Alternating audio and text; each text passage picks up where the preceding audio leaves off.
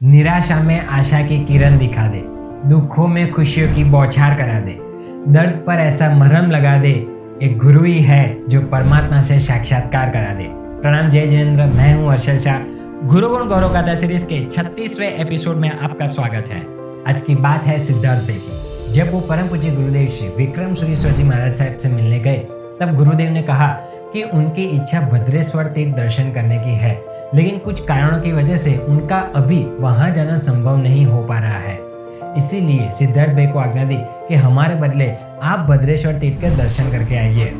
जैसे हनुमान जी श्री राम जी की आज्ञा का पालन करते हैं, जैसे अर्जुन श्री कृष्ण की आज्ञा का पालन करते हैं, वैसे ही सिद्धार्थ भाई ने गुरुदेव की आज्ञा का पालन किया और गुरुदेव से आशीर्वाद लेकर के सिद्धार्थ भाई, उनकी धर्मपत्नी और उनका ड्राइवर गाड़ी लेकर के भद्रेश्वर तीर्थ के लिए रवाना हुए। ये बात है आज से करीब 40-50 साल पहले की। तब ना जीपीएस था और ना ही पक्की सड़कें थी। जंगल के कच्चे रास्तों में से होकर के ही जाना पड़ता था और जंगल के इसी कच्चे रास्तों में से गुजरते वक्त सिद्धार्थ भाई की गाड़ी में पंचर पड़ गया। दूर दूर तक कोई दिखाई नहीं दे रहा था। दुर्भाग्यवश उनके पास स्पेयर व्हील भी नहीं था। गाड़ी वहां से 1 इंच भी आगे नहीं बढ़ सकती थी। ऐसी परिस्थिति में कोई और होता तो शायद हताश हो जाता, निराश हो जाता और अपने किस्मत को कोसता।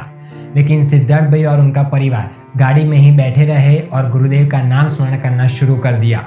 कहते हैं जिसके मुख पे होता है गुरुदेव का नाम, दुख, संकट और हर आफत में लग जाता है विराम। जंगल में मंगल हो गया। दूर से एक गाड़ी हॉर्न बजाती हुई आई और पास आकर के रुक गई।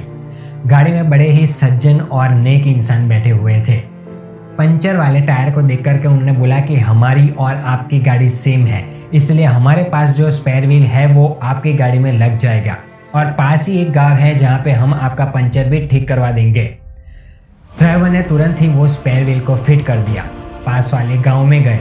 वो सज्जन व्यक्तियों ने अपने ही पैसों से सिद्धार्थ भाई और उनके परिवार को चाय नाश्ता भी करवाया और उनका पंचर भी ठीक करवा दिया।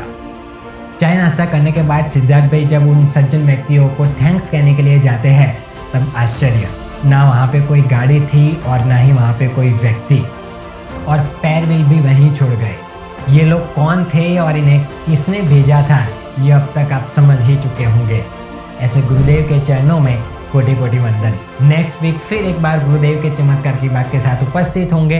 तब तक के लिए stay connected with us and thank you so much.